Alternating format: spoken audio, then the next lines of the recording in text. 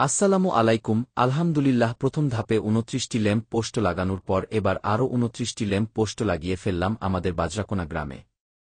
আমাদের এই পুরো প্রজেক্টটি কচিল চাচার উদ্যোগে গ্রামের সকল প্রবাসীদের সহযোগিতায় হয়েছে এবং আজকের কাজের মাধ্যমে পুরো গ্রামে ৫৮টি ল্যাম্প পোস্ট লাগানো হয়ে গেল। আজ থেকে কিছুদিন আগে আমাদের বাজরাকোনা এলাকা আলোকিত করার জন্য যে আকাঙ্ক্ষা ছিল, আলহামদুলিল্লাহ ২০২৫-এর অক্টোবরে এসে সেটি পূরণ হল।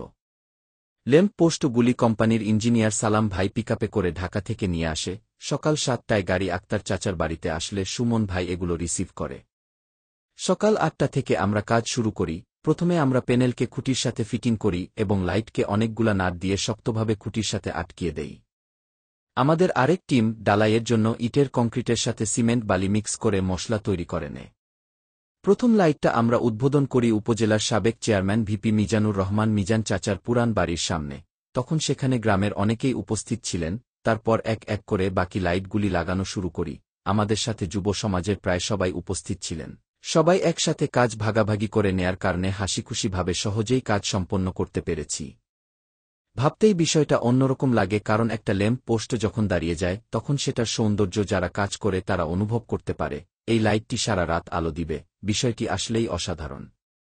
ল্যাম্প পোস্টটা দাঁড় করানোর পর আমরা প্রথমে সিমেন্টের মশলা দিয়ে চাপা দেই, তারপর ডালাই দিয়ে উপরে মাটি দিয়ে দেই।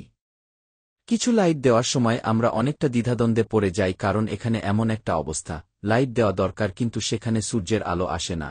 এজন্য কিছু গাছপালা কেটে ফেলেও আমরা লাইট ফিটিং করে ফেললাম। সকলে মিলে কাজ করাতে আমরা কাজ সম্পন্ন করতে পেরেছি।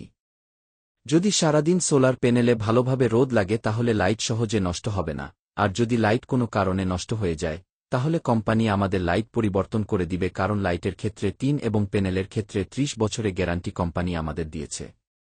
একটি হাদিস বলে আজকের ভিডিও শেষ করব।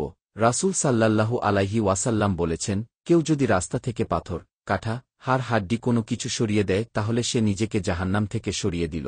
আপনারা যারা আমাদের গ্রামের রাস্তাকে সুন্দর করেছেন, আলোকিত করেছেন, আল্লাহ তাআলা যেন আপনাদের দুনিয়া ও আখেরাতে জীবনকে আলোকিত করে দেন।